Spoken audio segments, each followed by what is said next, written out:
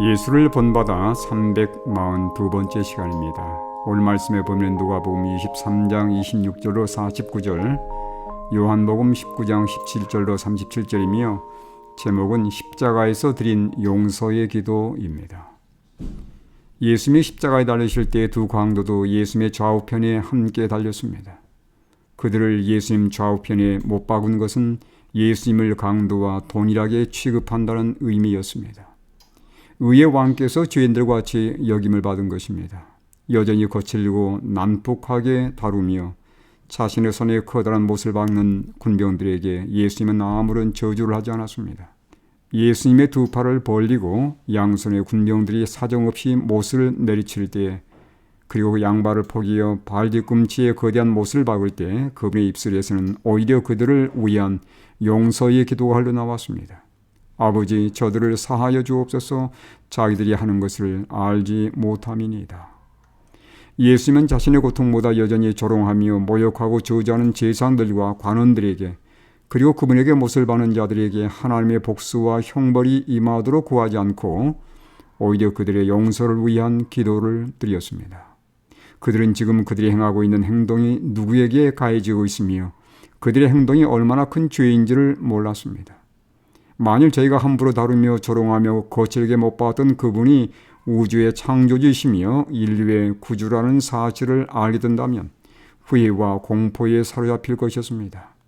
예수님은 군중들과 군병들이 그분에 대해 행한 큰 죄악을 용서했습니다. 그들 중에 훗날 자신들이 저지른 죄악이 무엇인지를 알고서 뒤늦게 회개하고 예수님의 제공한 용서를 받아들일 사람들이 있을 것을 예수님은 아셨습니다. 그러나 많은 이들이 구원받지 못한 것은 그들이 예수님을 모욕하고 십자가에 못 박았기 때문이 아니라 예수님이 제공하신 용서를 믿음으로 받아들이고 자신들의 불의를 회개하지 않았기 때문입니다. 가상 7원 즉 십자가상에서 예수님이 하신 7 말씀 가운데 첫 번째 말씀은 죄인들을 위한 그분의 간절한 용서의 기도였습니다. 이 용서의 기도는 그때 그분을 박해하고 그분에게 해를 입혔던 자들만을 위한 기도가 아니었습니다. 여전히 죄를 범하며 하나님께 욕을 돌리는 모든 인류를 위한 기도였습니다. 그분이 지금 하늘 지성소에서 드리는 기도 역시 용서의 기도입니다. 그리스도께서 온 인류의 죄를 짊어지시고 십자가에서 죽으심으로 우리 모두의 죄값을 갚아주셨기에 우리는 이미 용서를 받은 자들입니다. 그럼에도 불구하고 많은 사람들이 구원받지 못하는 이유는 무엇일까요? 그 용서를 믿음으로 받아들이지 않기 때문입니다.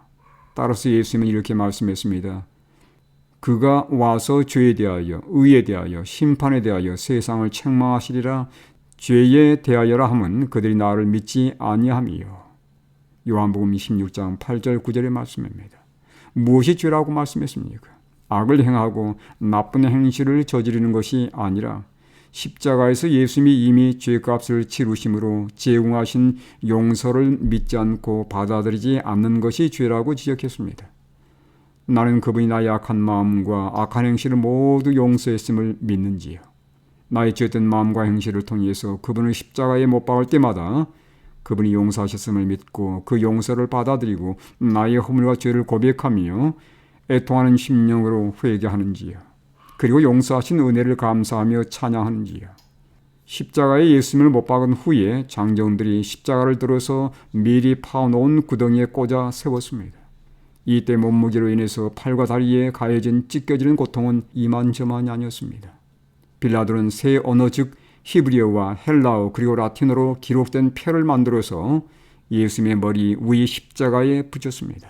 이 표에는 나사렛 예수 유대인의 왕이라 기록되어 있었습니다. 이것은 자신을 왕이라고 선포한 자는 이렇게 십자가에 못 박힐 것을 경고하는 의미이기도 했습니다. 또한 유대인들은 결코 자신들의 왕을 가질 수 없음을 경고하는 것이기도 했습니다. 결과적으로 자신들이 결코 메시아를 왕으로 모실 수 없다는 점에서 제사장들은 자신들의 꾀에 넘어진 것입니다. 악한 자가 교만하여 가련한 자를 심히 압박하오니 그들이 자기가 베푼 꾀에 빠지게 하소서.